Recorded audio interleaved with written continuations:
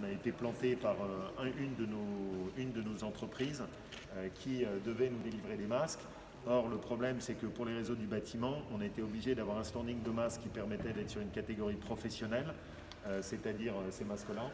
Et tant que je ne les avais pas, on n'a pas pu faire l'opération dans les délais suffisamment rapides que je voulais. Donc là, c'est bon, vous les avez. Un grand merci. Ça va satisfaire certains qui étaient un peu le pied à l'arme. Ça va vous faire du boulot aussi, j'en ai conscience, puisque l'idée quand même, c'est que derrière, vous puissiez assurer la distribution par le biais des réseaux FFB et CAPEB. Mais je pense que c'est aussi des moments où ça permet de retisser les liens avec tout le monde, d'en profiter pour faire un peu le point. Et je serais preneur d'avoir vos retours de quelle est l'ambiance et comment est-ce que sur le terrain les choses sont. Donc ça, c'est le premier point. Le deuxième point, sur la plateforme de la Poste, je tiens à le dire avec Serge, on n'était pas content d'un certain nombre de masques qui ont été envoyés par la Poste. Tous ceux qui n'étaient pas de qualité, je vais tous moi-même faire réenvoyer un masque aux frais de la région pour qu'on puisse bien remettre les choses dans la bonne direction et que ce soit dans le bon chemin. Là, normalement, les équipes devraient être contentes. On a couvert, donc l'idée, c'est que vous couvrez le nombre de salariés, évidemment le chef d'entreprise, et les apprentis.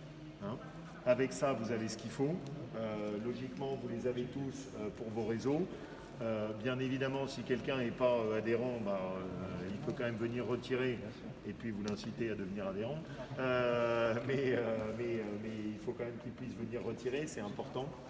Et puis, j'en profite pour vous dire qu'on a déjà, nous, commencé à étudier tout un plan de relance, sachant qu'on a tous en tête que ce n'est pas forcément maintenant, mais que notre crainte, c'est plutôt l'anticipation de l'entrée dans l'hiver sur lequel il faut qu'on soit vigilant.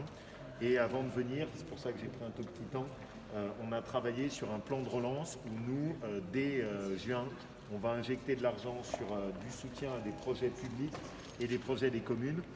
Et par ailleurs, dans le cadre de la tournée que je fais sur la répartition des masques, j'informe à chaque fois les maires qu'on va immédiatement avec eux travailler sur leur plan de mandat et remettre en route tout de suite des aides de la région pour les inciter à sortir immédiatement des projets.